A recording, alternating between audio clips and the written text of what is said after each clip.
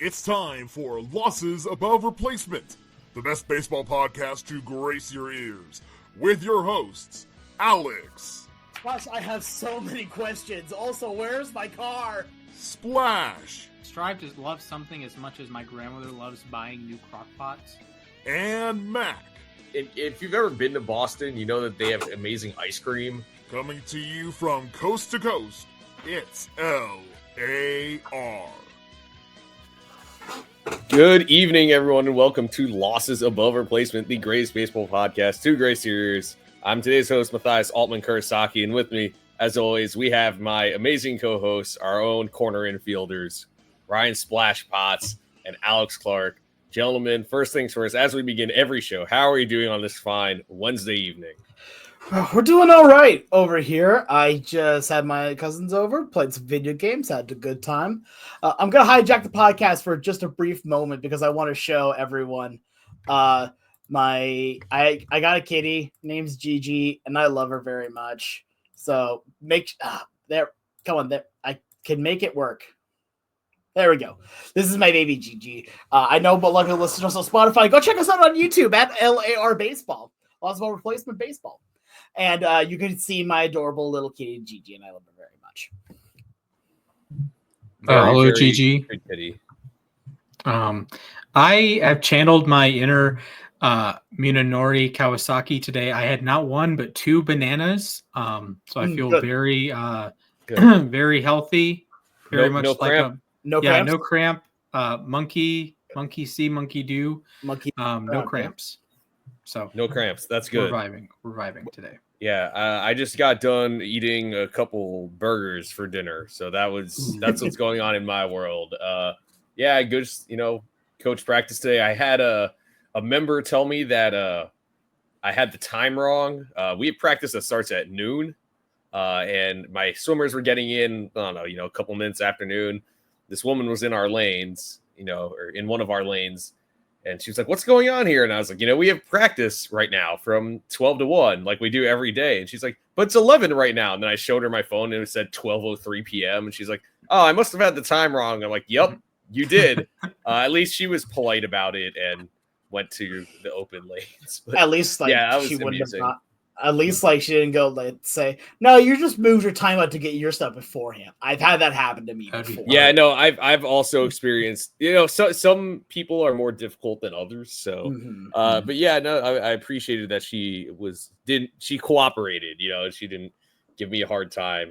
Last week I had a member give me a hard time about something, and it was, some people are a little more entitled than others, but other than that, yeah, I'm doing all right. Been watching the Knicks lately since my football team is eliminated and my baseball team hasn't started the season yet. But we are getting closer to baseball season, and we are moving on to the next segment of our positional rankings. Today, we are going over to the hot corner, the top 5 third basemen. This was my favorite position growing up. I always wanted to be a third baseman because David Wright was my favorite player. So, I think this year – it's always been a tough position to rank, mainly because there's a lot of talent there. I think this year we have a clear number one, but the rest of the names, they're kind of interchangeable. So it's kind of tough to figure out who the top 5 are, especially some of the mainstays had down years. There were some big risers. So why don't we go ahead and get started? Yeah, this legitimately felt like there was a number one. And then 10 different names that could have been in that top 4 exactly. Spot. So I'm not gonna feel bad if people say my list is bad like that, because legitimately I basically felt like I had to pull out of a hat at times. There were some where I'm like, how do I put this person over this person? How do I put this over this? And my list is what I came up with. Yeah, so why don't we go ahead and get started at number 5. Alex, why don't you get us started? Who do you have as your 5th best third baseman? So for my third base, number 5, I went with Matt Chapman. I think that Chapman is going into last year was a question mark just because of the deals that have been going on, but he really had a strong second half and we've already known this defense is good. It was about whether or not the bat was going to keep going the way that it needed to be. And spoiler alert, it did. So coming into this year, I expect to have a little bit more of the same. And hopefully, if he can stay consistent over the course of the year, right now, Fangraphs has him projected at getting a 3.9 season, which is pretty solid. Well, and defensively being one of the best third baseman in the game, which, I mean, I'm not too surprised about that. There's not a whole lot of great defensive third baseman right now. Like, there's good, but not Matt Chapman level. The defense means a lot to me. The biggest issue I have with him right now is that he's projected to strike out at about a 25% clip, which don't need a rocket scientist to know that if you strike out at least once every game, that's not good. So with that being said, though, the defense really carries for him. He's got a great offensive bat. He's probably one of the most well-rounded overall third baseman in all of baseball. But it's just that except for the obviously, nothing else really truly stands out. But he's still a solid pick at the hot corner, the hot corner. By the way, That full song is on YouTube. If for the Mara fans that know what I'm talking about, that full song's on YouTube. It's great. All right. Sometimes I wish I didn't have ears. Oh, I know. Yeah, I'm the same way every time you talk. I feel that. Yeah, real. Well, folks, I'll go into my number 5, and my number 5 is currently a free agent. Might be playing second base, depending on where he lands, and that's Alex Bregman, the 2-time World Series champion, Alex Bregman, that is. So really great defensively. I think there's a reason teams want to move him to second base. There's a reason that the Red Sox would be interested or the Astros would be interested, and those come with their own qualifiers of Jose Altuve playing left field. That would be weird. It would look pretty weird. Yes, I will not put Jose Altuve on my top left fielders list.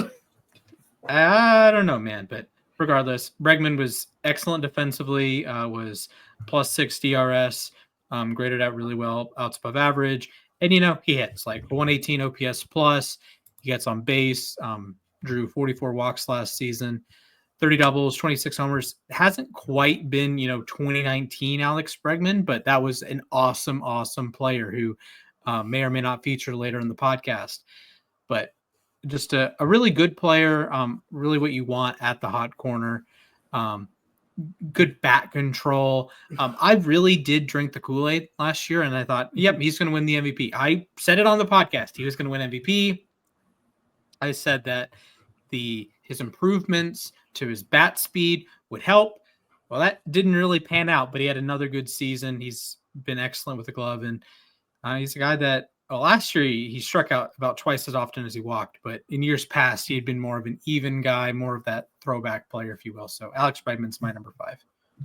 All right, so I'm gonna just go ahead and group my number 5 and number 4 together. So it looks like we actually all have a different number 5, because my number 5 is Rafael Devers, and I do really quickly want to acknowledge some honorable mentions. A couple guys who I think could be on this list next year, maybe back on it in some cases.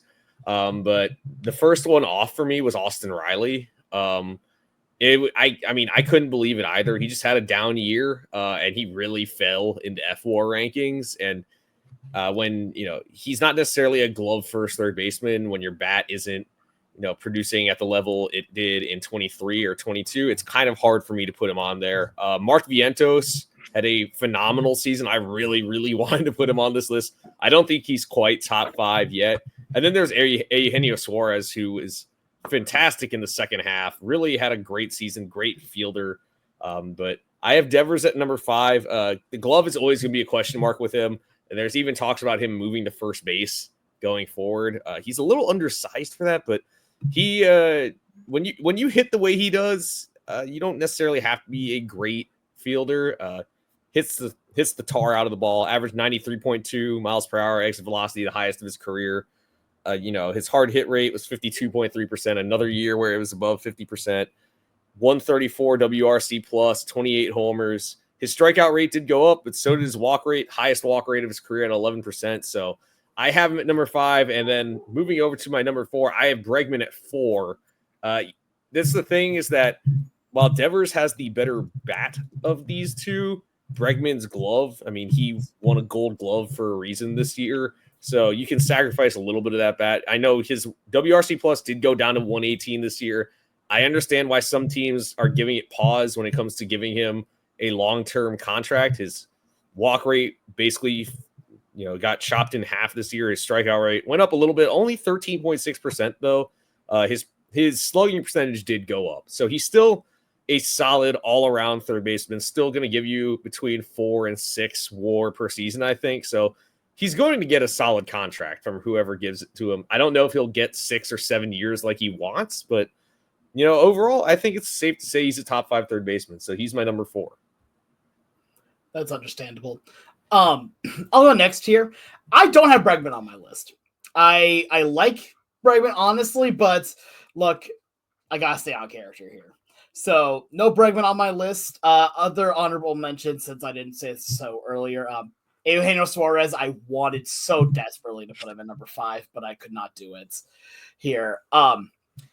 Yeah, so honestly, Bregman and Suarez will be my honorable mentions. For my number 4, I went with Manny Machado. I think Machado's always just kind of a safe pick to put in your top 5. He's a solid defensive player, an awesome bat to have in the lineup, and especially now as a veteran player, he really knows how to work the game the way that he does. He's an awesome offensive third baseman, and he's not a defensive liability, right? He's projected to have a 4.0 WAR here, according to Fangraphs Steamer, and just watching the only thing I really want to see from him this coming year, offensive-wise, is I want to see him raise that walk percentage just a little bit. Right now, expected to be at about 8%. He can get that up to double digits. That'd be absolutely fantastic. His strikeout rating is actually below 20%, which for third baseman is actually kind of an anomaly. Here, there's only a few that are ranked at having below 20%. But I think that Machado just overall, year in, year out, is one of the best at third base, at the hot corner. You can never go wrong with putting him in your top 5. Yeah, that's fair. I'm going to say no honorable mentions for me. I'm going to keep the suspense. I want 6 to potentially be as high as 2. Obviously, we're probably going to have the same number 1. But I'm going to keep the suspense. And number 4 for me, I have Matt Chapman. Just a masterful season with San Francisco. But how did he do it? In the Matt Chapman way. He didn't have a great season at the plate. It was a good season, a 125 OPS plus, a 790 OPS, 27 homers, 39 doubles, 15 steals, by the way, most in his career. But he got back to what he does best, the glove. Plus 17 DRS, won a gold glove, plus 16 base runs, plus 22 batting runs. Just that all-around profile at third base, 7.1 WAR. He had 7.6 back in 2018, 7.8 back in 2019. And like I've said before, in a couple years, Matt Chapman is going to have quite the strange Hall of Fame case, although he's only in his 8th season, so he has plenty more to tack on. But yeah, Matt Chapman's my number 4. He's a guy that stays in San Francisco and is going to be a key piece in a key piece in determining if San Francisco can make it back to the playoffs, where they've been sorely absent the last few years after their miracle run in 2021. Yeah, that's fair. Yeah, I think when it comes to the Giants, it's funny to think about with the Giants. Well, they've had some sneaky, really good third basemen over the years. Here too, Matt Chapman, but also one of my personal favorites, Pablo Sandoval. Over at Braves legend. Yeah, I loved Pablo Sandoval. It's a shame what happened to him when he got to Boston, because he was a really, really fun player. He legitimately was one of the most fun players in all of baseball. Facts. Yeah. I'll go with my number 3, and at number 3 for me, I have Rafi Devers, and Devers just rakes. The glove is not good. Just it's bordering on bad. It's -9 DRS year after year. For his career, he's -62. That's it's a -10 average over 162, but he hits, man. Career 126 OPS plus. He had a 134 OPS plus this year. He's at an 800 OPS or better in the last 5 non-COVID seasons, which is getting absurd here. He's good for 30 doubles. He's good for 30 homers, depending on the lineup. He's good for 100 RBI, and he's good for that 3 or 4 or 5 WAR that you get when you're not very good defensively, but you do play third base, which helps the WAR out a little bit, and you're as good at the dish as Bregman is. Doesn't bring much base running value, but that's okay. But yeah, Devers is my number 3. Just the best bat, consistent bat for me at the position, even over the number 1. Number 1 is just such a well-rounded profile that it kind of trumps all. So I have Manny Machado at number 3. And it's tough because in some ways you can like sort of draw parallels between Riley and Machado, in the fact that, Riley had a down year, but for Machado, it's sort of his second straight down year in some ways. But Machado just got off to a really, really bad start. He had a sub 660 OPS at the end of May. But from that point forward, June 1st on, he had an 879 OPS. He was hit at a 40 homer pace, which he's never hit 40 in a season. He's gotten up to 37. And while his glove did take a step back, and that is concerning to me, I think this is a guy, as long as he's healthy, you can rely on him to be an above average fielder. He was exactly average this year, 0 OAA, but this is a guy, when he's healthy, you're looking at an MVP caliber player. All right. And his strikeout rate was below 20% again, which is good. It was a little bit up, but he finished the year, with an WRC plus of 122, which is up from the 113 he had in 2023. So you saw him especially after June 1st, you saw him sort of get back to what he was in 2022 when he was an MVP finalist. He had a 7 F4 season. I'm not saying necessarily he's going to go out and have 7 F4 next year, but I think you're looking at a guy who get up to maybe like 5 or 6 next year. So I think he's proven he's still one of the elite third basemen. Health is going to be a big issue. I know the Padres had to start DHing him a lot, but I think this is a guy you can rely on to be a consistently strong bat and still pretty solid defender. Yeah. I mean, Machado is one that legitimately it's like 2A, 3 has like 2A, 2B, 2C at this point here. For me at number 3, I'm actually going to go with someone that was mentioned a moment ago as an honorable mention. I think he's going to be better than that. And that's Austin Riley. I think that Austin Riley is one of the most interesting cases in all of baseball. The glove can be there. Is it there all the time? Absolutely not. But is he a powerful hitter that when he makes contact, the ball explodes? Absolutely.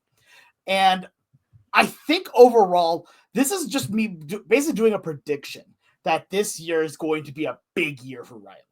Watching what he does on the field, especially when he has a full team around him like that, they have to pitch to him more. When that Braves team is as stacked as it normally is, that means you have to pitch to Riley more and more and more instead of getting to work around him at any given point. So with that being said, I think he's going to have himself a strong year. He's projected this year to get 4.2 F4 here. And the main issues are strikeout, needs to drop that a little bit. Walk rates, raise it up just a little bit. But when you talk about just isolated power, right? Isolated power, he is arguably the number 1 third baseman in the game in that regards. Like, I know that it's just power that could go any which way. But I think that what we saw last year from Riley came down to a lot of different factors with the team having issues overall. And when the Braves team is as strong as it is, he feeds off of that, I feel. When you have an Acuna for a full season, when you have Michael Harris playing like Michael Harris can be, he feeds off of that. And if the Braves play like the way the Braves play, Splash, then I think that Riley can have himself an excellent 2025.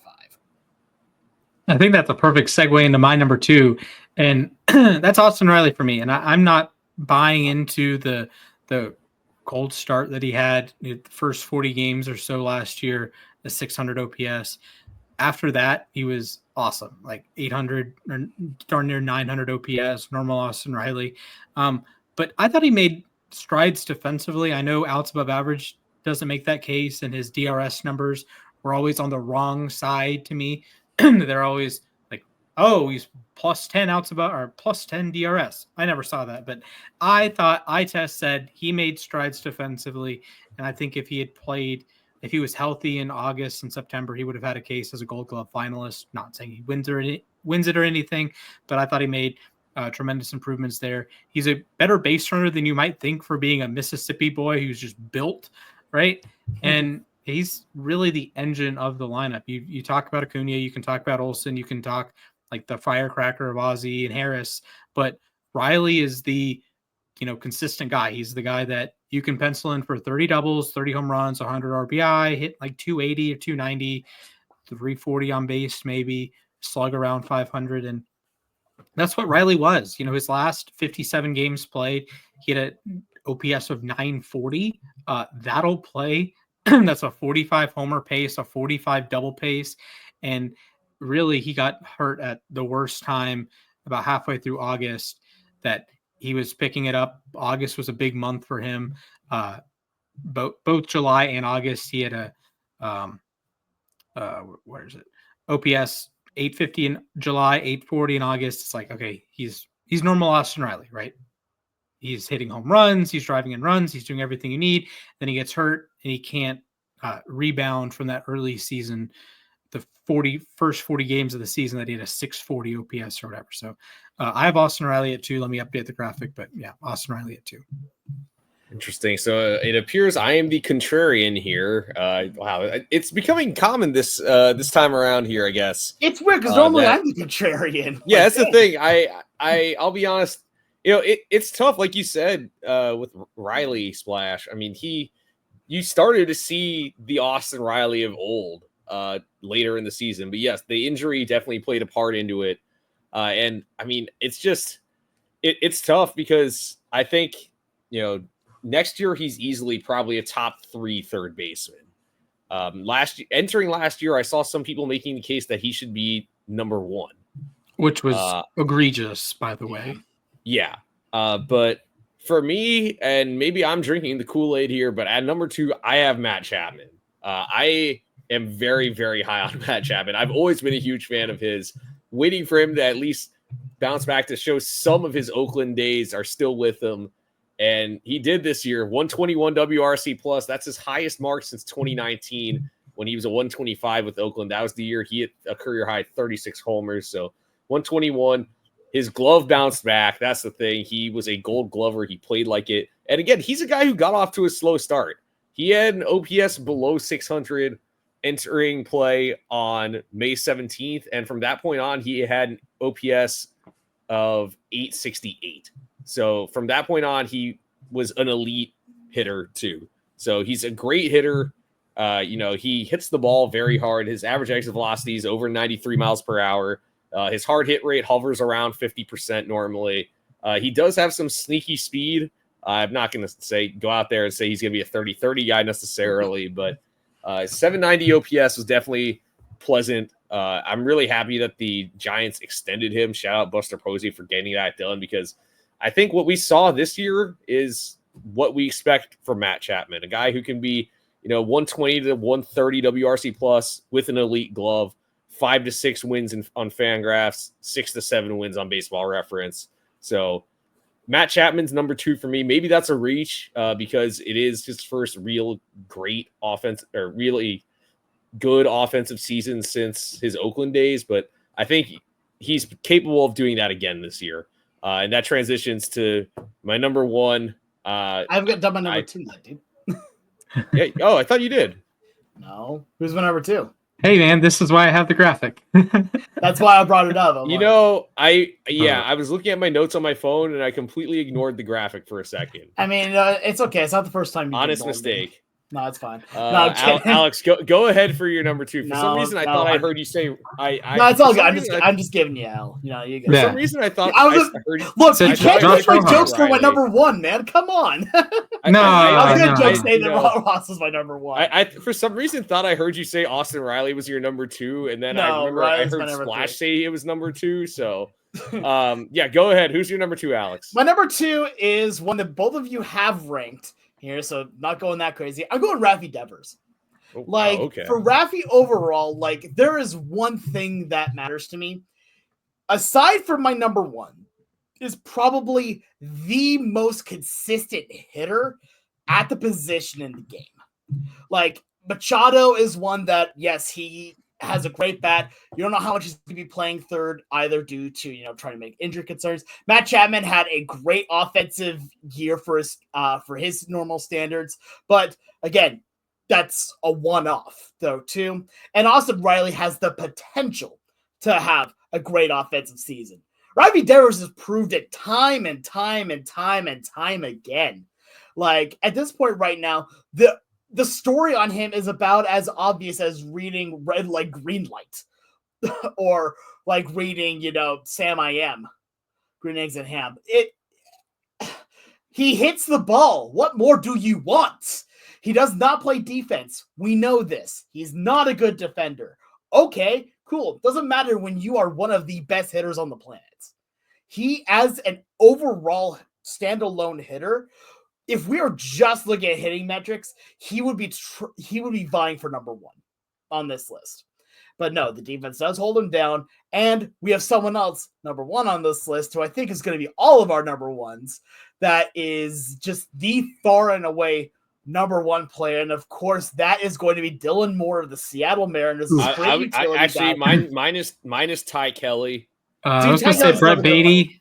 So. Can I get Ty France to transition back to third base for? Yeah, he played third base, so Ty France should be eligible. Yeah. Yeah. We're just gonna put Ty France back over at third base where he started at, and he'll be into the number 1.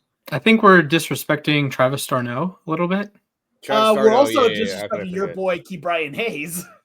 Yes. No comment. I hope we get to put Ke'Bryan on one of these again. Yes, the president of the Ke'Bryan Hayes and Archivon fan club has something to say. Yes, I'm begging. Yeah. It's funny that my favorite player of all time is Archivon, who's known for being a pirate, and my favorite active player is one of my favorite active players is Ke'Bryan Hayes. They're both Pirates, Pittsburgh, and I hate the Steelers. Fair enough. All right, Max, since you did the transition, do you want to reveal the number 1 that I'm pretty sure all of us actually have? Yes, I'm just going to assume we all have the same player. Mr. La Parra, Jose Ramirez is number 1. Yeah. What more can I say about Jose Ramirez? I wish Cleveland had gotten to play that last game of the season because he finished the year with 39 homers and 41 steals, and that is brutal. And 39 doubles, so he could have had a 40-40-40 season. But unfortunately, the last game of the year got rained out, but what more can I say about Jose Ramirez? Feels like he's finally getting the respect he deserves. We're looking at a guy, and if you told me this when he first, his first cup of coffee in the majors, I would have thought you were crazy. But we're looking at a guy who's probably a future Hall of Fame. I think. He's a true 5-tool player. Like I said, 141 WRC plus, 6.5 FWAR, his highest mark since he put up 7.6 in 2018. He's never won MVP. I don't know if he ever will win MVP, but he will always be in the conversation. 48% fly ball rate, guys. He aims to hit home runs, and he succeeds quite frequently. It's not often you get a guy who's undersized like him who can routinely put up 30 to 35, sometimes up near 40 homers. And he's a solid defender. He's not necessarily a Gold Glover at third base, but he put up 3 outs above average this year. He's never been in a full season. He's never been below 0. So 41 outs above average for his career. Jose Ramirez, just a great all around player. So he's number 1. I don't think this is particularly close. I will say real quick here. I just want to say one thing before you say anything, Splash. Just one thing here. You talked about the fly ball rate, man. That dude has one mission at the plate, and that's to hit. Dingers! That's all he does. That's all he needs to do. Anyway, I apologize, Splash. Please continue.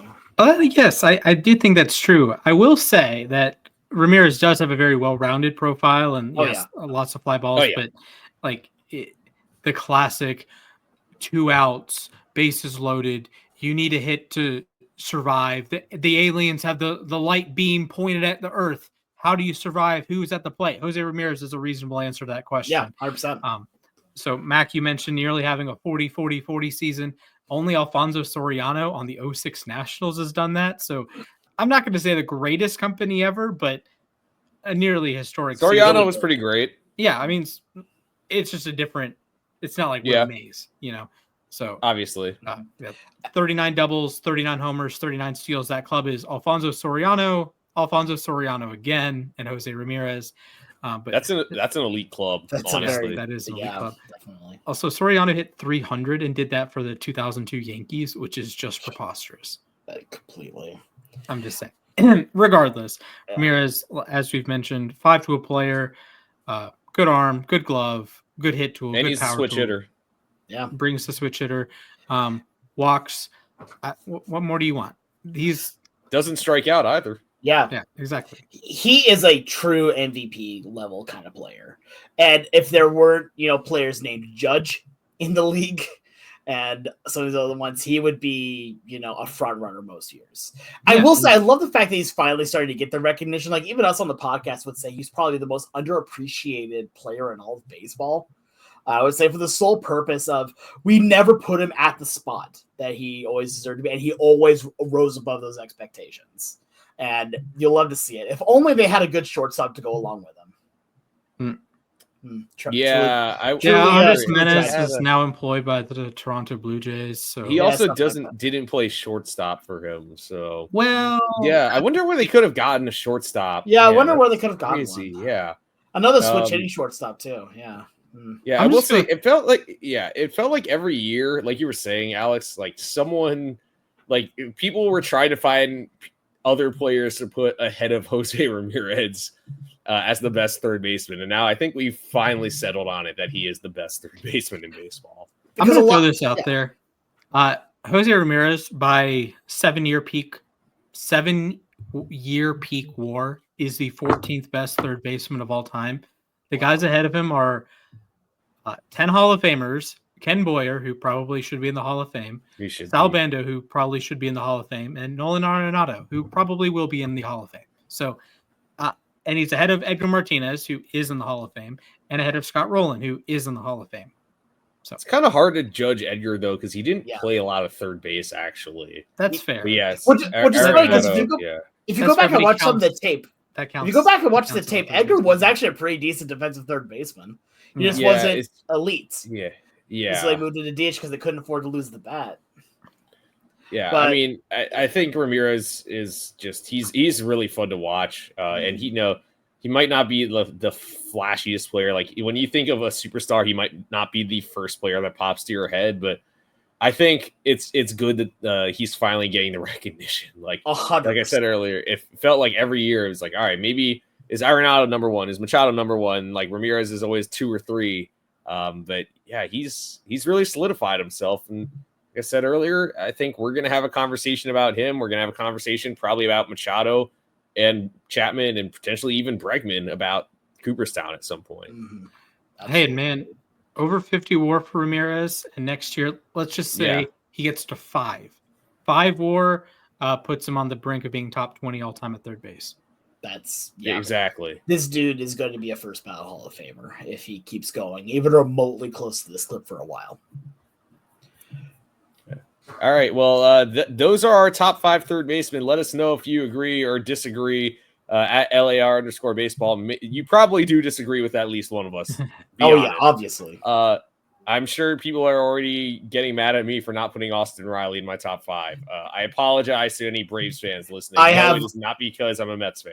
I also know that there's a ton of Astros fans that are saying, "What are you talking about? Alex Bregman is not a top 5." I'm like, dude, he's not even in your franchise anymore for right now. Please continue. As I say, Bregman's not even an Astro right now. He could be an Astro like tomorrow for all we know. I heard our good friend of the podcast, Rip Griffin, posted out there saying that they needed to sign Bregman, trade away Paredes, and move Altuve to the outfield. I'm like, please no. Rip, of that sounds horrible. If you're listening, Rip, just know Paredes is playing second base next year if they bring Bregman back, and Altuve is playing left field. Also, Rick, that could happen. love you. I You're could good, see dude. You're Bregman at awesome. second. I wouldn't be shocked. Yeah, Bregman has played some second before, and there some were short, talks about a smidge of short. Yeah, and short. He was drafted as a shortstop out of LSU, so like, I mean, it's possible he plays a different position. The thought of Altuve not playing second base honestly just makes me feel uncomfortable. I mean, he'd be a little undersized to be an outfielder, I think. Oh, you don't say. If you like combined Jose Altuve and Yordan Alvarez and like got the average of them, that'd be a perfect left fielder. I agree. Yeah. Have the knees of Altuve and the everything else of Yordan, and you're gonna. That would be scary. Yes. But yeah, let us know. But yeah. On the subject of Bregman and Altuve, through the Effectively Wild world, I heard that Major League Baseball is universally measuring the heights of their players. So Alex Bregman, known for being 6 feet tall, but doesn't actually look 6 feet tall, might not be 6 feet tall. Just throwing that out there. I mean, he does look like, for a baseball player, he looks small. Obviously, he probably towers over me. Oh yes. That being said, I'm taller than Altuve. I think we all are. Yeah, but we will get official heights because they need it for the challenge system that will be in spring training. I would like to point out that as my dad likes pointing out, I believe it was which player was it? There was a player who was only 5'4". Oh, Freddie Patek, 5'4". He once hit 3 homers in the game. So little guys can hit too. But anyways, let's go ahead and move on to our next segment. Splash has a new segment for us, so I'm going to let him take it for this portion. So Splash, take it away. Boys and girls, ladies and gentlemen, we will workshop the name, but it is time to present this or that. It's a simple premise. Whoever is hosting has a prompt, and the other co-hosts will answer the prompt. And today, this or that, with the ominous start of a three-way option, which Jackson posts the most WAR in 2025? Churrio, Holiday, or Merrill?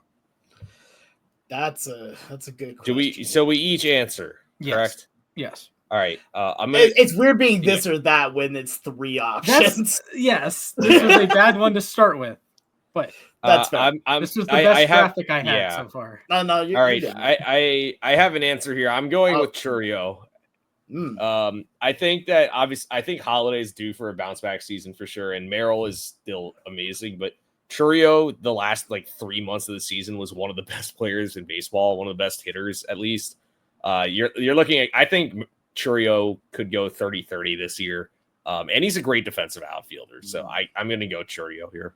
Yeah, I'm going to go with Holiday here. I think that Holiday overall is just the makeup of the player is so unbelievably strong here. And the Orioles, while they have not done as much in the offseason, like I would have liked, you could argue that they've gotten weaker overall. They have an F for me right now, but yes. Yeah.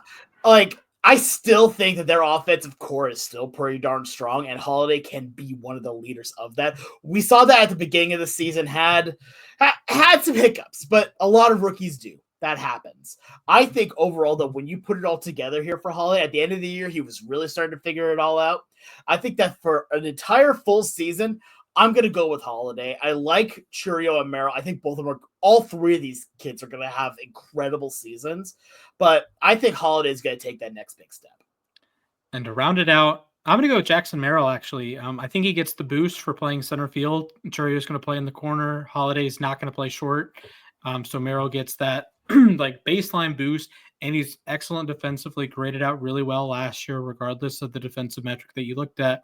And that was his first time playing center field, and it's at the major league level. So sign me up for that. I think he's going to continue to be a really good center fielder. I think the bat will play. He's in a worse hitting environment than both Milwaukee and Baltimore, so that helps the WAR out a little bit, that his replacement level is a little bit lower of a bar to clear. And I think he can have a good year and a well-rounded profile, steal some bags, hit some homers, and rob some homers. All right, that brings us to the first official this or that, because it's only 2 options. As a Braves fan, this is an important question to me. Which returning player posts more WAR, Spencer Strider or Ronald Acuna Jr.? I have my answer, and I'm not happy about it. Alex? My answer is Strider, Okay. because I do not trust Acuna to stay healthy. And it's not like, here's the thing. If Acuna stays healthy, and I want him to because he is one of the most exciting players in the game, that is obviously Acuna. Like, for the amount of what he does and the position that he plays, like, he wins games by himself a lot of the time. But because of that, I think that if Strider stays healthy for a full year, he's got the pitch mix that gets people out, right? A dominating fastball, good breaking stuff, and decent location too. He strikes out a lot of people overall. I think that when you put him on the mound every 5 days or so, he is one of the best in the business here. So as much as I think in perfect in a vacuum, I think it's Acuna. But for what I think is going to happen this year, I think it's going to be Strider. All right. I have to know, though, when these guys are going to return. That's the other thing, is that I don't like Strider had elbow surgery. It wasn't full Tommy John. I know it wasn't. The internal brace. The internal brace. But So, I mean, I think I'm going with Acuna here, partially because I think he's going to play more games. I feel like because in 22, he kind of came back almost too quickly, I feel like, and his numbers suffered because of it. But I think even if he takes like an extra few weeks, like say he comes back in June as opposed to May, or wait, no, he got hurt in May. Yeah. So say he comes back in June or July, I still think this is a guy who can put up 3 or 4 WAR in 90 or so games. So I have to lean Acuna, and Strider. I don't know what to expect from Strider if he's coming back from an injury. I don't know if they're probably going to have to limit his innings. So just because of that, I'm going with Acuna. Yeah, I think the word from Braves camp is they're both good for spring training. Both will not be on the roster for opening day, but they should be back by May 1st, tentatively. I'm going to lean Strider. I think the Braves will be uber ultra careful with Acuna. Both ACLs have gone now, and he's the franchise in a lot of ways, and maybe that's some off days. You bring in Jurickson Profar, which we didn't talk about, but you bring in Jurickson Profar. You've brought in Brylan De La Cruz. You still have Jared Kelenic, so you have outfield depth that I don't think Acuna needs to play. Like, say he comes back the first part of May. So that would give him maybe 130 games. Well, they're not going to play him 130 games, maybe 115. Maybe he takes a series off here. Maybe he goes on has some pain in his knee and gets a 10-day IL stint.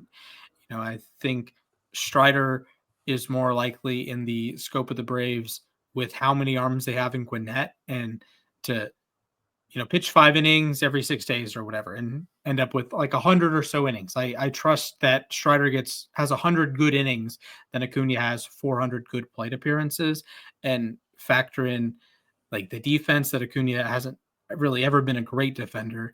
That's going to bring him down. Playing right field brings him down. I don't think he's going to run the bases as much this year. So I am going to go Strider. I mean, I think there are fair points for both. Yeah, there's definitely arguments for both of these, for this or that. All right, and our final prompt for today, off the Braves stick. Who posts more WAR, Aaron Judge or Juan Soto? All right, I'm just going to go first here. Factoring in defense, I can't believe I'm saying this. I'm going with Judge. The tough thing here is that I think Soto is going to have a better offensive season. Okay, I actually think Soto. That's a take. That is definitely. I think he'll the WRC plus is going to be close, but I think I'm going to give Soto like a slight edge here. But Judge, when it comes to defense, is going back to a position he's way more comfortable with, and so because of that, it's going to give him a bit of a boost. I think Soto will probably make more of an impact on the team. Like, I think he'll different leagues, but I think he has a stronger chance of winning MVP in the National League because he's over there than like, I think Judge it will be an MVP candidate again in the American League. I don't know right now if I pick right now if Judge is my MVP, but I think that Judge will have the overall advantage in terms of WAR. Interesting. Yeah, Alex? I think, yeah. For me, I'm sorry, Mac, this is not close. This is Judge. Like, I think that Judge overall, like, is the better player of the two.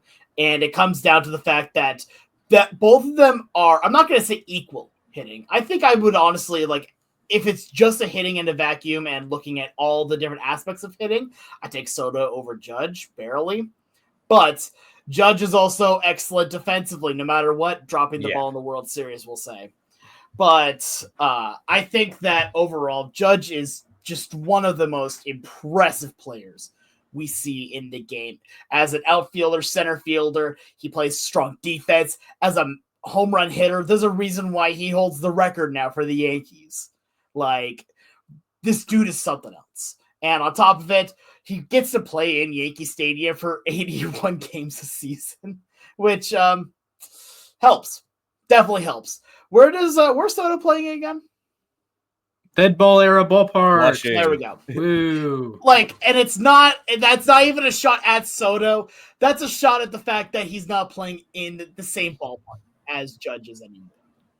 So at this point right now, Aaron Judge, I think, is the runaway answer here. Both of them are insanely good franchise players, but Judge is my pick. This is a tough one. I trust that Soto will play 157 games. I don't exactly trust Judge to play 157 games, but I trust Judge to be better in all aspects besides hitting. Hitting, I think they can be in the same ballpark. So I'm going to lean Judge. I will back the guy who has won 2 MVPs and has 2 of the top, 10 seasons of my lifetime. I guess I was alive during the Barry Bonds years. So 2 of the top 10 years since 2010. We'll call it that. It's the Judge, Trout, Ohtani, and Harper 1 year and Betts 1 year. That's a fun list to make. We can do that sometime. But yeah, I'm going to back Judge. I think it'll be within a WAR or within 1 win. So it's not like a big swing. Unless Judge gets hurt, then you could have like Soto gets 7 or 8 and Judge gets 5.5 season or 4.5 season. So I'm going to lean Judge. Base running, he's better. Defensively, he's better. Hitting wise, higher upside to me with Judge because like Soto brings, the power and the on base, of course, but Judge brings plus power. And when he brings that plus, et cetera power, teams just start walking him. Yeah. Teams just like, oh, you can go into first base. In a weird kind of bringing this slightly to the format that I have here as well. Think of it in MLB Power Pros terms, right? Judge is A power, A trajectory, and like B contact here around, but also has the power hitter and intimidator. Mm-hmm. Yeah, thank you. And intimidator. Soto has A contact, 4 trajectory. I'm gonna say 3 trajectory because he goes to all levels of the field, but has spray hitter here too. Probably also a little bit of intimidator. I'm not quite sure about that. Yeah, but they both have intimidator. They probably do. Yeah, they're both. He does the shuffle. Good. But yeah, it's the shuffle is so much fun. But regardless, like they are 2 completely different subsets of hitters. Not like say like I don't know, a Rise and Judge. A Rise and Judge. Yeah, I think those guys are pretty similar, man. Reference there, but yeah, like an Ichiro and a Judge. But at the same time, like Judge is you're going all power all day long. Soto, you can win in a number of different ways as long as you put the bat in his hands. That's why why we all love Soto. It's not that he hits bombs, which do we all love Soto? He can hit bombs, man. Soto can hit bombs, but he can also, hit a double down hit a double down the line. He can hit singles up the middle. He can put the ball into the gap. He has so much better back control and so much better discipline, I think, than Judge does. I mean, I think Judge also has good discipline. He does have good discipline. He strikes out a lot more. Soto has great discipline. Yeah, Judge is just like a half tick behind. I agree. Like 100 times last year. He had 19% walk rate each of the last 2 seasons, was 16% the year before. Like, when it's sort of the I'm going to do a weird comparison. The Yasmani Grandal, when he was like good and walked a lot, because you actually cleared him as a hitter, right? You like, okay, this guy can actually take me deep if I am not careful here. That's why, say, Barry Bonds, for example, obviously plus plate discipline regardless, go back to his Pirates years. But when he hits 73 home runs in 2001, you don't want to pitch to him. So it's that sort of fear factor that why Jose Ramirez led the American League in intentional walks in a year that Aaron Judge hit 62 home runs. Yeah, Again, Bonds. If you want to know fear, go watch the John Boy's video about simulating his season without a bat. I mean, Bonds did draw 120 intentional walks one season. He drew 232 total walks with an on-base percentage over 600 and a slugging percentage of, I think, 863. Yeah. In some ways, that 04 season was better than his 01 season, which is crazy to think about. I mean, Bonds probably could have hit 73 home runs in 04 if he had gotten the opportunities to, but teams flat out refused to pitch to him 120 times. I'm gonna fact check that, the home run percentage by year. So here we go. 2001 it was 11%. 2004 was only 7.3%. Only 7%. Only 7.3. Yeah. Falling off, man. He had 47 fewer plate appearances. I will say, still my favorite home run of all time from Bonds is the one off of Gagne. That was insane. Yeah, that at bat was basically like watching, Thanos versus the Avengers. Cinema right there. Brilliant. I mean, both guys were just really taking care of their bodies, man. Really, really having a lot of good balanced breakfast, man. Look at their powers. Exactly. Right, it was just. That's what happens when you take care of yourself. The only problem is, Splash, we should have known this. We should have known that Gagne wouldn't be able to get it done in our Dodgers franchise. Because he gives up those runs. Yeah, and the Brewers, Gagne sucks too. I was going to say, the Brewers Gagne was not that good anymore. Yeah. Well, in the 10th inning, feel free to check the YouTube. We played it live. We had an Eric Gagne. The Brewers had an Eric Gagne. Our Eric Gagne allowed a run in the top of the 10th. Their Eric Gagne allowed a run in the bottom of the 10th. Cinema. And Baseball's both Hanley great. Ramirez's were on. I was going to say we had both Hanley Ramirez. Yeah. Absolutely great. Yeah. Make sure to subscribe to us on YouTube because, yes, you can catch the live streams of MLB Power Pros there. Plus, also shout out to Jolly Olive, by the way, who was live streaming MLB Power Pros today. King. There. He's a great guy also. So if you subscribe to our YouTube, you also get to see my cat Gigi at the beginning of this broadcast. Exactly. Yes. But anyways, thank you for that new segment, Splash. I look forward to doing that again at some point. Maybe we can make that almost weekly, bi-weekly, something. It's a lot like Rant Roulette. Yeah. Which we need to get back to Rant Roulette. I was thinking that we could all submit options for Rant Roulette to pull the curtain back. We all submit suggestions to Alex, and Alex randomizes it for us. Well, you guys could submit them to me. I could randomize it and pop them up for Yeah, of course. Yeah. Anyway, I'm going to kick it back to you, Splash, because you are doing trivia today, everyone's favorite segment. Yes. So, Splash, take it away. Hello, friends. Jim Nance, Phil Sims, yada, yada, yada, yada. We have a trivia showdown between Mac and Alex today. Bada bing, bada boom, bada bing. Today's name of the game is WAR. What is it good for among third basemen? So, Alex and Mac, I have compiled the best single season WAR totals for every team's best third baseman, the best individual season by a third baseman for that team, according to Baseball Reference WAR. Okay. So be WAR. Yes, be WAR, be afraid, be very afraid. So how this works, each player or each division has their 5 players, right?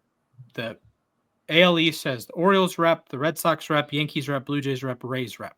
They're ranked from 1 to 5, with 5 being the most, 1 being the least, based on the most WAR. So the best season gets 5 points, the worst season gets 1 point, and the most recent season also gets 1 point. The farthest away season gets 5 points. So the best season there is only one or two applicable options to this. Is the best season ever by a player, a third baseman in that division, and also a long, long time ago. And then there's a couple that are the minimums. That it's 1 point for recency and 1 point for the lowest WAR. You each get to name one player per division. Okay. Do we name the team or a player? The player. Whoever has the most points through the 6 divisions wins. It is as simple as that. Matt? All right. One more question here. Do we also have to submit the year? No, you do not have to submit the year. If we were doing the shortstop version, I wouldn't expect you to know which year Hannes Wagner had his best season. Yeah, okay. I can't do that. No. All right. Mac, please pick a number between 1 and 20 to start. 13. All right. Alex? 11. Edgar. The answer is 10. No. Okay. Right. Alex, you may choose a division to start. Okay. Let's go to the NL East. All right. And I'm gonna take Chipper Jones. Okay, well, slow down. I will lay this out. The 5 players, 2 of them have 9 points. One of them has 5 points. One of them has 4 points, and one of them is 3 points. Your guess is Chipper Jones? Yes. Unfortunately, sir, that is incorrect. Yeah, okay. I'm going to go to the American League East. I'm going with Alex Rodriguez for the Yankees. Alex Rodriguez, that's you, 8 points. Let's go. 2005 and 2007, he had 9.4. Oh, wow. I was assuming just 07, but wow, okay. Yes. Gotcha. Yep. All right, 9.4 both years. All right, Alex. Okay, AL East. I'm going to go with Brooks Robinson. Brooks Robinson's 1968 season nets you 8 points. Nice. So the other players, you have Wade Boggs, who also would have netted you 8 points. Josh Donaldson, 2 points, and Evan Longoria, 4 points. Okay, I figured Longoria was one of them. I don't know how Chipper had no points. I'm going National League East. Mike Schmidt. Mike Schmidt. Schmidt's a good one. Yeah. Gets you 9 points. Yeah, nice. So to clear out the NL East, Darrell Evans with the Braves, 9 points. David Wright, Mets, 5 points. Mike Schmidt, 9 points. 2009, Ryan Zimmerman, 3 points. And 2006, Miguel Cabrera, 4 points for the Marlins. Okay. All right, Alex. Darrell Evans for the Braves. 1973. Okay. And not Eddie Matthews, not Chipper Jones, not not Eddie Josh Matthews? Donaldson's 2019 season, Okay. not Austin Riley. I'm gonna go AL West here, and I'm gonna say Adrian Beltre. Sir, that is a 5-pointer for Adrian Beltre. Okay. Mac. Okay, I have a question then. Yes. What about guys who might be eligible for multiple divisions? You are welcome to choose them for both or as many divisions as you want. All right, I'm going NL West, Adrian Beltre then. Adrian Beltre, NL West, that'll get you 7 points. Jeez. Nice. All right, Alex. Okay. Let's see here. Okay, I'm trying to figure out now. AL Central, Miguel Cabrera. Miguel Cabrera, that'll get you 4 points. Okay, it's like a 4. Okay, I'll go NL Central. Give me Scott Rowland. Scott Rowland will give you 5 points. All right, Alex. Okay, good. Okay, the NL Central and the NL West. Yeah, because I know he had some bonkers years, and we're talking about him earlier, and I'm having fun at this point. NL West, Pablo Sandoval. Unfortunately, sir, that is not the correct answer. That's a bagel, dude. Come on. Nah, dude, it's great. What are you talking? He's the best player. All right. To wrap up the NL West, Adrian Beltre, 7 points. Matt Williams with the 99 D-backs, 4 points. 1938 Mel Ott is the 9-pointer for the Giants. I would not have gotten that. MVP Ken Caminiti, 7 points for the Padres. Padres, and Nolan Arenado 3 points for the Rockies. All right, All Mac. right. I'll go to the AL Central. Please, God, I hope this guy was actually a third baseman. Al Rosen with Cleveland. My friend,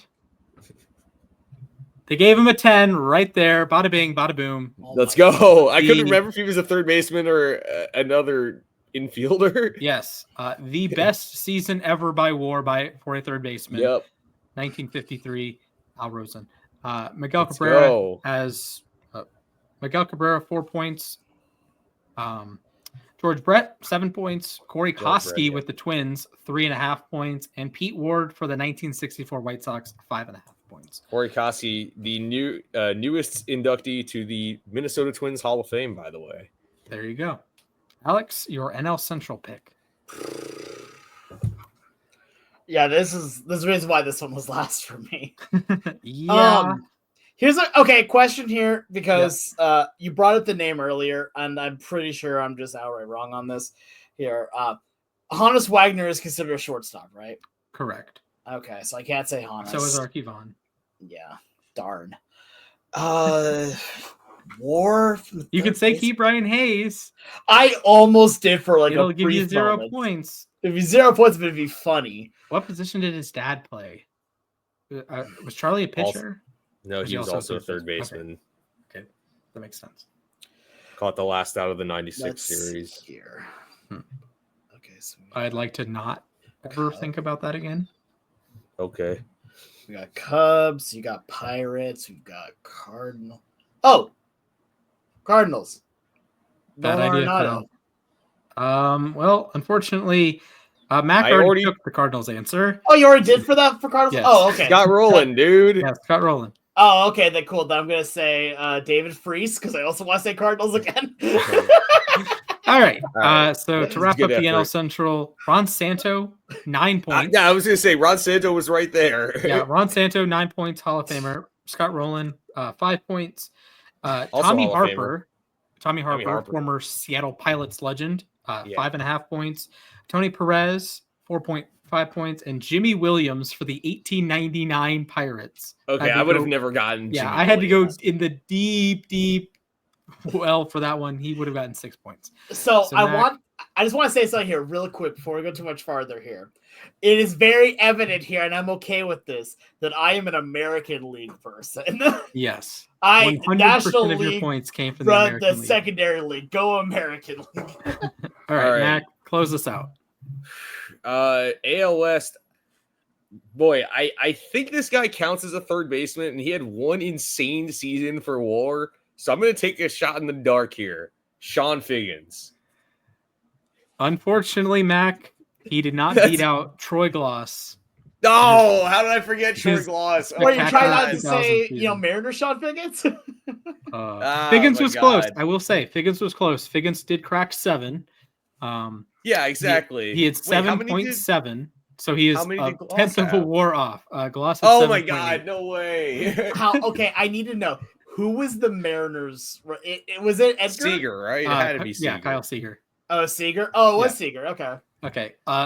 So Seager 3 points, Adrian Beltre 5 points, Alex Bregman also 5 points, Troy Gloss 7 points, and all the way back to 1912, home run Baker, baby, 10 points. Okay, I wasn't sure if the A's would have been like Eric Chavez or something. Like They could have been Sal Bando. No, dude, Sal Scott Bando, Hadberg, yeah. right? He could play third, right? Sure, we can try him at third. It's not that hard. It's Or not that hard. Chapman. It's all It could have been wash. Chapman. Could have been Chapman, on yeah. the bingo card. Yeah, that it's Chapman. Matt Chapman, but Yeah. yeah, Home Run Baker had a 9-win season back in 1912. Yeah, I wouldn't have gotten that. I knew who Home Run Baker was, but like I couldn't that's tell you gonna be a much no about for his me, career. dog. Yes. All right. Well, congratulations, Mac. You win 39-17. Boy, real nail biter. Yeah. Well, Alex actually was only 1 point behind you in the American League. Yeah, exactly. Yeah, look, I dominated where it mattered, which is in my home court. Absolutely. The Okay, AL West was my division because you went for Sean Figgins. Good job, I mean, fellas. I had a great time with that though. It That was really fun. That was a good one. there were some names that you said that completely surprised me. Like I said, I had a feeling Chipper Jones wasn't the Braves guy, but I wasn't expecting Yeah. it to be Darrell Evans instead of Eddie Matthews. I mean, Corey My thing Koski, is that I knew Koski was good, but like, I don't know. My thing is that I just thought, who's the best third baseman I could think of? Chipper Jones. Yeah, I mean, that's fair. So, all right. Well, thank you for hosting that splash. Alex, better luck next time, I guess. yeah. But we will end the show the same way we end every show, which is with the moment to ourselves. 60 seconds or so to talk about whatever the heck is on our mind. It doesn't have to be sports related, but who here wants to go first? All right, Alex, I saw your hand go up first, so I'll count you down in 3, 2, 1, go. All right, I'm going to go through 2 topics, actually, pretty quickly. First of which, what my namesake is, right here, 3, 2, 1, is for the Royal Rumble that is this Saturday. For those of you guys that know, I am a big wrestling fan, and I am so brutally excited for the Rumble this year. My favorite time of the year as a wrestling fan is the Royal Rumble, and this year it is looking amazing. I've actually been making my own basically fantasy booking for it, and if you guys would like to see that, I will be recording it here. If you guys would like to see it, let us know on Twitter at LAR_baseball. You can also DM me, I guess, if you want, but just tag us. It's fine. I'm very excited for it. Second topic here. I started playing pickleball yesterday.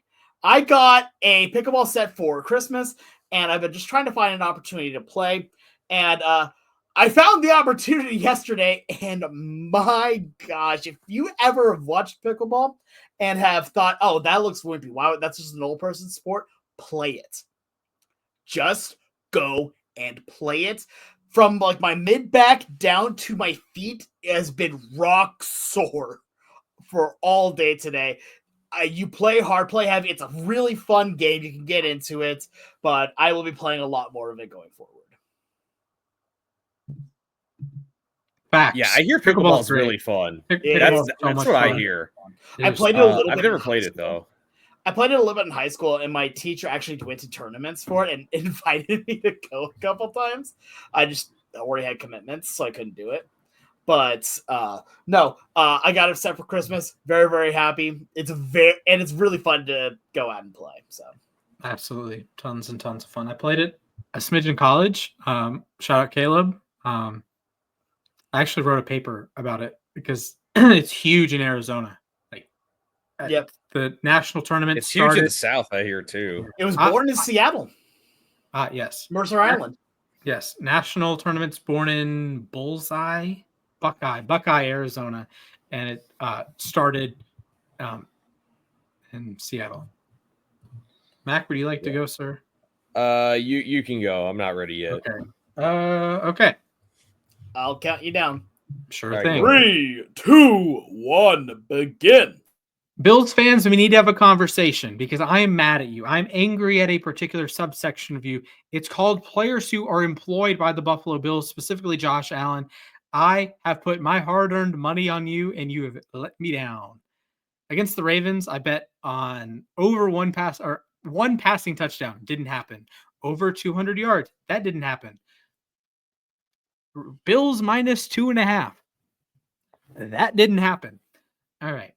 But in all sincerity, Bills fans, I would like to, when you point out the flaws in Lamar Jackson's playoff legacy and you say he's a choker and all this, you understand that Lamar is Josh Allen's best playoff win twice now. And when you degrade Lamar and you say he's a playoff choker and all he does is turn the ball over, that makes Josh Allen's playoff resume look less impressive, that his best wins are over a choke artist. His 2 best wins are over a choke artist. So where's the substance? So you can say, yes, Lamar Jackson's only AFC divisional round win was over a rookie quarterback. That's correct. Josh Allen's only 2 divisional round wins are over a quarterback that is universally regarded as a choker. Can we be fair here? That is not, if you want to bash Lamar, it is bringing down Josh Allen. Like, the best part of Allen's playoff legacy is that he barely loses to Mahomes. And, oh, well, Tyler Bass missed the kick last year and Diggs had the drop. Well, when Ravens fans or anyone with the brain points out Mark Andrews had a drop, it's just a foregone conclusion that Buffalo was going to win the game, right? Well, if Tyler Bass makes the field goal last year, Kansas City, with Patrick Mahomes, who owns you, would have had a minute 40 and 2 timeouts. All he needs is a field goal. Kansas City gets that 100 times out of 100. Are you serious? And yes, if Andrews catches it, you would have had a minute 40 left. The Bills had one full-length field goal drive in the second half. The other drive was after the Andrews fumble. They got it at like midfield. So Bills fans, be for real for a minute and understand when you bash Lamar and you bash the Ravens, you are undermining your entire point.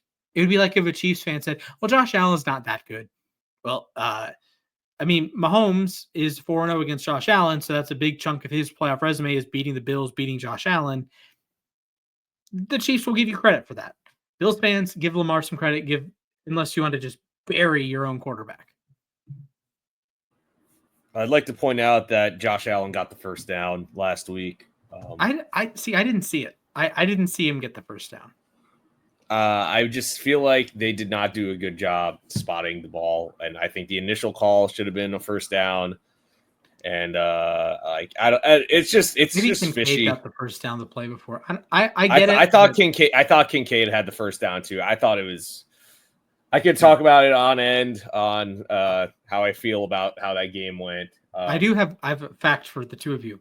Guess who made the Pro Bowl today? Russell Wilson. Yeah. Yes. Russell Wilson and Drake May. So, by the way, this means wins over a quarterback who will be in the Pro Bowl in the playoffs. Lamar Jackson has 1. Josh Allen has 0. Eat dog water, Bozo. Okay, Mac, you can go. All right. Yeah, I'll go ahead. 3, can someone count me down? 2, 1. Yeah, I just want to talk about Pete Alonso again for a second. It sounds like he's circling back to the Mets. Shocker here. He wasn't going to get as good of a deal in Toronto, but I guess Pete Alonso might come back. I was really happy they got Ryan Stanek back, and it sounds like maybe they signed Stanek instead of a higher price reliever to save money for Alonso. But I do want to point something out because there's a loud sector of fans that does not want to bring Alonso back. They're strongly against it. But to sort of bring up the whole playoff thing, this is a fan base that had crucified Max Scherzer for his performance against the Padres a couple years ago. And to be fair, they were right. He did not show up when the team needed him the most. But if we're going to, beat up on the guys we call chokers necessarily, what about the guys who actually showed up when the team needed it? Yes, you can say Alonso did not necessarily show up in the regular season, but he had a 999 OPS in the postseason, okay? His career postseason OPS is over 1,000. All right, so if small sample sizes don't matter so much when Pete Alonso is playing well, why does it matter then that, all right, we're going to call Scherzer a postseason choker because of his one bad outing? Yes, it came at the worst possible time, but I think that we, if we're going to do it one way, we have to do it both ways when it comes to judging playoff statistics. So I just want to put that out there. I think Alonso is probably going to end up back in New York. Maybe on a more reasonable deal. I think the Mets offered him a reasonable deal, if I'm being honest.